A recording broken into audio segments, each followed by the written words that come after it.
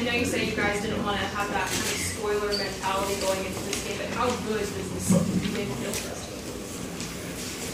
Well, I'm not making this, but it feels good for a lot of reasons, and none of that. You know, we have a ton of respect for Stanford and how well they coach and how hard they play, and our guys were excited for this week. And I thought our scout teams back home, a lot of those guys are back home that were integral in recreating. We literally turned the lights up. Recreating all the things that they do great, whether it's multiple offensive linemen, special things in special teams that they do, different things defensively that they do. Those guys did a phenomenal job, and that's really hard to do. And then that contributes to the output like tonight. But yeah, we have a ton of respect for them, and we want to be whoever we're playing. Doesn't matter. Mark, first half, Vernon fumbles, Kanai chases him down, essentially saves 4 points for you.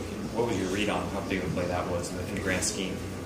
Well, yeah, big. You know, had the one, obviously the pick. I guess I don't think we got a fumble or a pick, but taking care of the ball is paramount. You know, in this game, scoring touchdowns rather than field goals is paramount in this game. Just how efficient they are and how they try to lure you to sleep, just banging and banging and banging. How our defense stayed confident throughout that, and kind of, you know, we talked about last week being aggressively patient, but still staying confident and playing hard and finishing things. But yeah, you know, a couple bounces went our way, a couple bounces went their way, and it was a great battle. Were you surprised by the pass on the 2-point play at the end? Did that surprise you? No. I mean, you know, there's probably a run pass element in there, and you know, Kevin Hogan is playing really well and the ball in his hands, and something, you know, normally good is going to happen. Obviously, I'm pretty happy it didn't work out that way. Mark, that said, you brought pressure on that play. Was that we didn't get rid of the ball right with that? Well, yeah, I mean, the way, you know, when they ship McCaffrey out, that opens up a bunch of things. It could be QB run, it could be the play action element because of how good of a runner he is. It could be from McCaffrey that got a screen off that. And so it's not one of those things where as soon as he motions out, everybody zeroes in on the quarterback. It's almost the opposite. And so, again, we defended it really well, and needed that last play. Mark, having said that, Kevin Hogan, experienced quarterback, fumbles twice, snapping in the fourth quarter. Is that something you guys, did you sort of fool him into something or something? No, I mean, is it something you guys did with the lineman or something? Well, I think the big thing is, again, just playing with confidence and keeping up the pressure when they're rolling you to sleep and pounding 2 yards, 3 yards, 4 yards, 7 yards, 2 yards, milking the play clock every play. You know, that's a mental thing as much as it is a physical thing. And you know, getting as many hats to the ball, whether it's Hogan or McCaffrey or, you know, whoever has the ball, was huge. And you know, it's hard. The position that they're in is hard. We've been there. You have to run the table, play perfect. Everybody's got to be perfect. Those are hard moments. And you know, again, a ton of respect for everything that they do. And happy we got a couple bounces. What's the? Do you feel like you guys are proving that with Vernon, you might be the best team in the conference? Time will tell. You know, we've got a lot of business to take care of here for facing an, you know, unbelievably talented team next week, and you know, again, tonight was a good night, but we can improve. We can, you know, across the board we can do things better in these circumstances against that opponent. Again, very proud of that. Can you find joy that supersedes the thought of what might have been had you not gotten injured? I cannot even follow that question. Finding that supersedes of what might have happened. That's a Stanford. The fun with winning these games and winning a beating team like Stanford, there's still that twinge of, if Vernon doesn't get hurt, you guys could be a top 10 team. Doesn't overcome that. If I was George Clooney, my wife would be a lot happier. We can't live like that. We have to. And again, I think our assistant coaches did a great job of that. Our players have done a great job of that.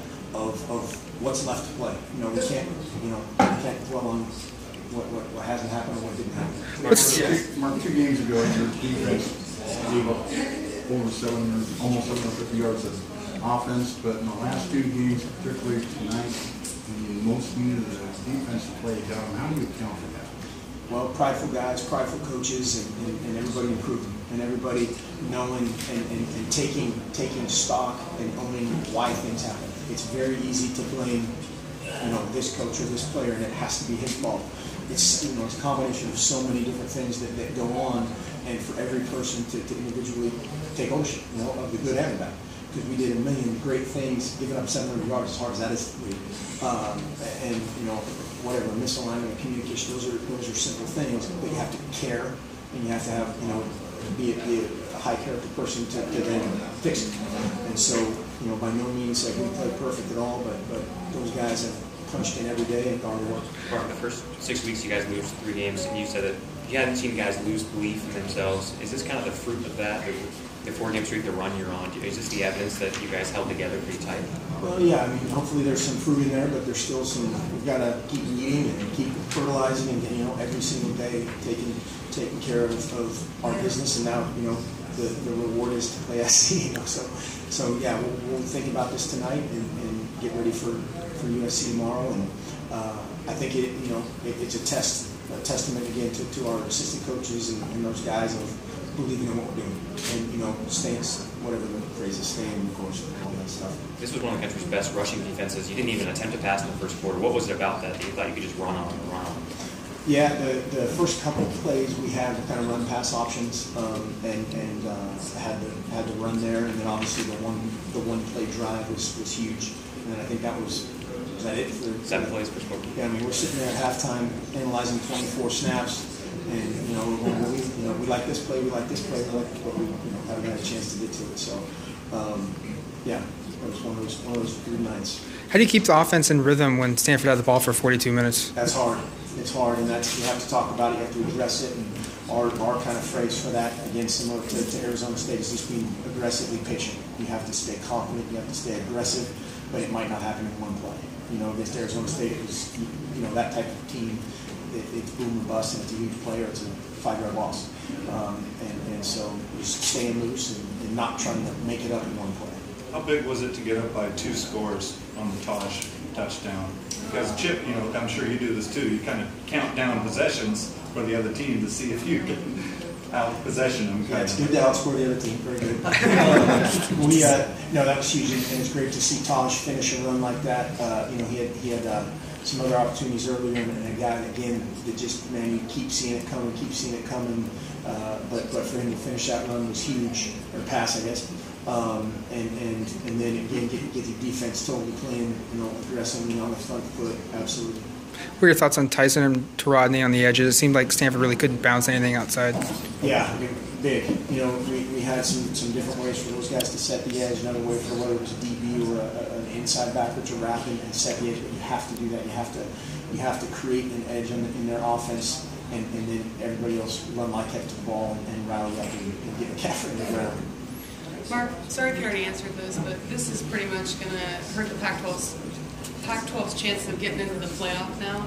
Do you think that the Pac-12 needs to go to an 8-game conference schedule like the SEC in order to get the Pac-12 into the playoff every year? Yeah, I mean, I was asked this the other day, not today, but again, I love the Pac-12, but we were going to throw tonight to give us a playoff spot. The heavy lifting is the conference schedule, and not never, but highly unlikely for that to change. There's TV contracts, all those things. There's conferences that are highly invested in not caring about that, and so that's the tougher one. Do you think the coaches want it though? Like, are the coaches going to have a conversation about this in spring? Sure, the coaches. I would say, I don't say it's unanimous, but I think there's when you play another game, there's 6 more losses. That's a fact. And it's not good, bad, indifferent. It's a fact. But this is a great conference, and it should be absolutely representative in the playoff picture. Any other questions for Mark?